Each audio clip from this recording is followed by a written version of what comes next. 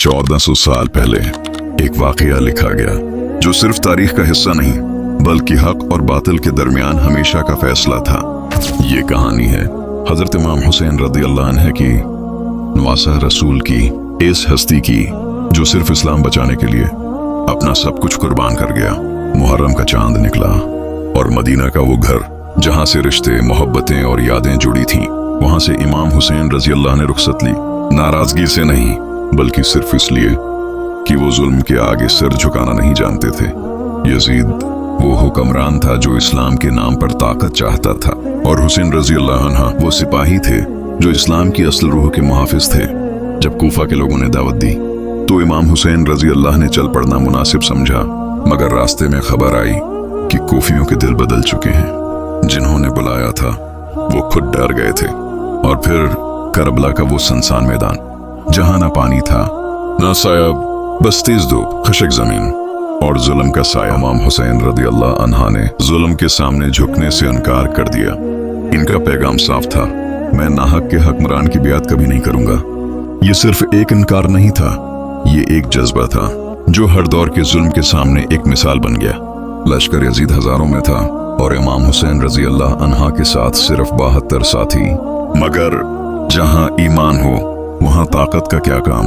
एक एक करके इनके साथी शहीद होते गए। हबीब बिन मज़ाहिर, ज़हीर बिन कीन और फिर अलमदारी हुसैन।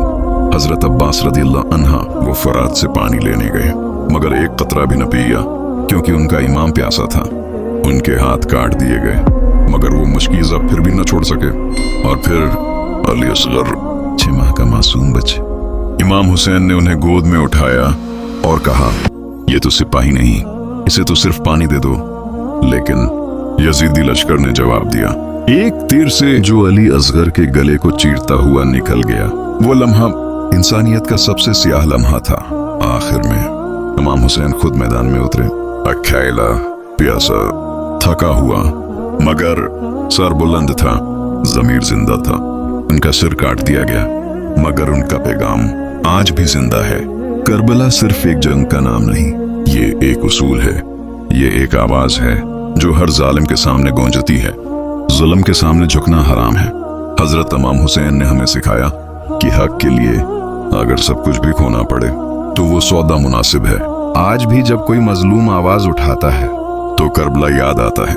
जब कोई जुल्म के खिलाफ खड़ा होता है तो हुसैन रज़ी अल्लाह अन्हु याद आते हैं। और जब कभी दिल टूट जाए या लगे कि सब कुछ खत्म हो गया है तो सिर्फ करबला को याद करो और याद रखो, हर दौर में हुसैन रज़ी अल्लाह अन्हु जिंदा है। जुल्म के खिलाफ हर दिल में गूंजता है, या हुसैन रज़ी अल्लाह अन्हु।